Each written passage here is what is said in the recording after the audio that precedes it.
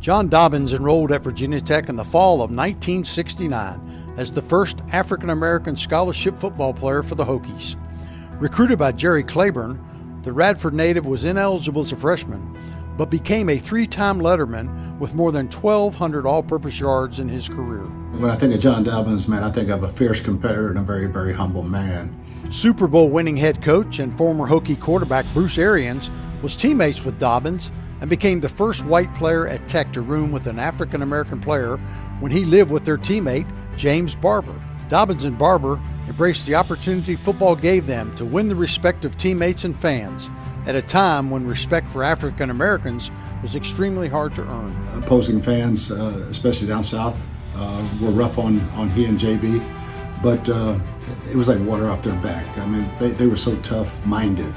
It might have bothered them when they were alone, but never showed it with us. Now, when I think of my own experiences in high school during the riots of 1969, 68, the locker room was a safe haven. You know, my best friend, Chucky Kennard, was African-American, and we couldn't be seen together on the streets, but we were great in the locker room. We could play sports and we could do those things. And the locker room is a safe haven for all of us, but there are no colors or religions in there, it's just team. Dobbins was a pioneer who opened a door for others to walk through.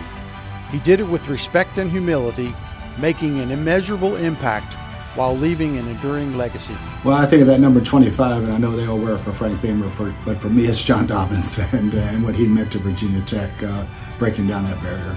I think the human beings that they were so easy. You know, John with his humility and JB being the fun-loving guy that he was, and they broke down the doors for so many guys after them. And I mean, that's a huge legacy in my mind.